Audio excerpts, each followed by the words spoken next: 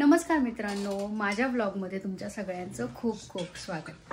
तर हा व्हिडिओ मी मुद्दामून बनवत आहे कारण रिसेंटली आमची ॲनिव्हर्सरी झाली।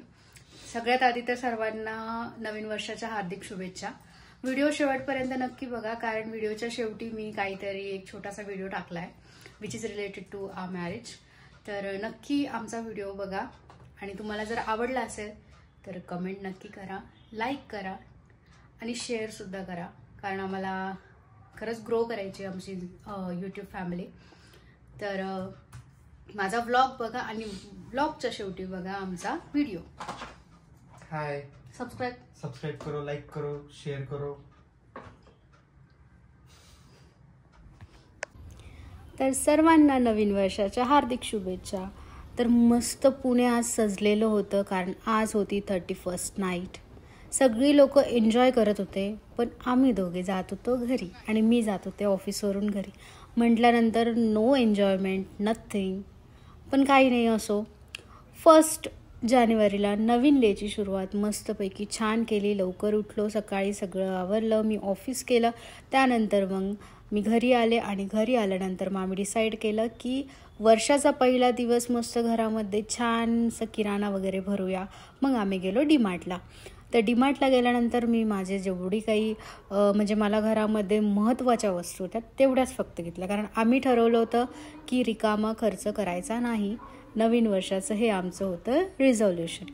तर आम्ही दुसऱ्या कुठल्याच गोष्टी खरेदी केल्या नाही, फक्त ज्या आम्हाला गरजेच्या आहेत त्याच आम्ही खरेदी केल्या।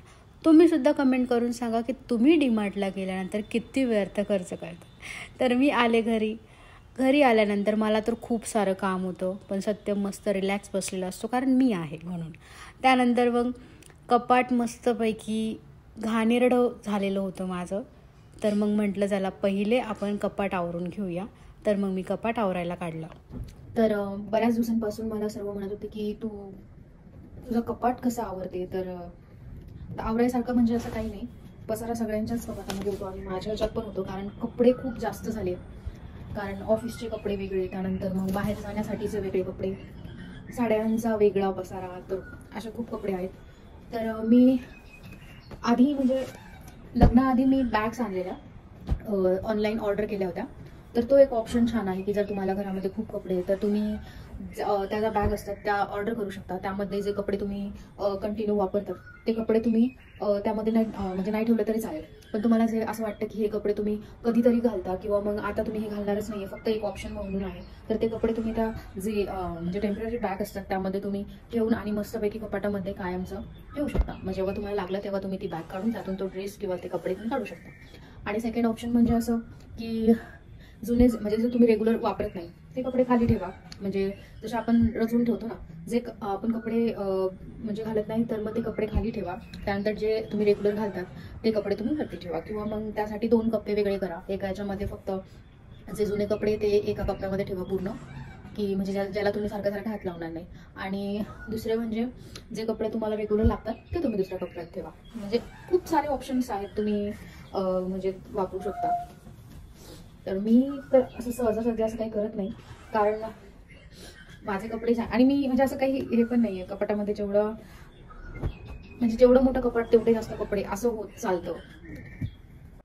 तर पटापट मस्तपैकी सर्व घडी करून मी कपडे एकत्र ठेवले आणि कपाटामध्ये ठेवून दिले। 2च कप्पे मला करता आले कारण खूप कपडे होते, त्याच्यामुळे म्हटलं की जेवढे माझ्याकडून होईल आज तेवढं मी करेल। तर नवीन वर्षाची सुरुवात इतकी नीटनेटकेपणाने करते म्हटल्यानंतर मला सुद्धा वाटायला लागलं की मी वर्षभर सुद्धा असेच माझं कपाट स्वच्छ आणि नीटनेटकं ठेवावं। पण माहीत नाही कधीपर्यंत ते होईल। त्यानंतर मग मला हे गिफ्ट भेटलं होतं सिक्रेट सांटाचं, जे की मी ऑफिसमध्येच खोललं होतं। त्यानंतर मग मी ते परत पॅक करून ठेवलं आणि आज मी परत ते बघितलं, मला खरंच म्हटलं चला तुमच्यासोबत पण शेअर करावं। तर सिक्रेट सांटाचं मला एक छोटंसं स्मॉल असं पर्स भेटलं होतं जे की खूप क्यूट होतं, ट्रेडिशनल होतं। म्हणजे मी जर साडी वगैरे जर नेसेल तर त्यावरती नक्कीच मी ते कॅरी करेल। ज्याने कोणी मला दिलं होतं त्यांच्यासाठी खरंच खूप धन्यवाद कारण हे सिक्रेट होतं त्यामुळे। आणि ही वरची जी होती ती पर्स मला मम्मीने गिफ्ट केलेली। सो ती खूप म्हणजे त्याला 3-4 वर्ष झाली आणि जे पिंक कलरचं आहे ते मला सत्यमने गिफ्ट केलेलं. सो अशा प्रकारे माझ्याकडे खूप साऱ्या पर्स आहे. आणि हे ग्रीनवालं पर्स म्हणजे दीदी एकदा मला भेटायला आली होती आणि मला तिचं पर्स खूप आवडलं तर तिने मला ती देऊन टाकलं होतं. तर असेच माझ्याकडे खूप सारे पर्स आहे, पण मी यूज एवढं करत नाही त्याचा. म्हणजे मला काय माहिती, मला एवढं आवडत नाही पर्स वगैरे यूज करायला. तरी पण हा कप्पा माझा राहिला होता. सत्यमचे कपडे तर व्यवस्थित होते, तरी पण मला ते व्यवस्थित परत ठेवायचे होते.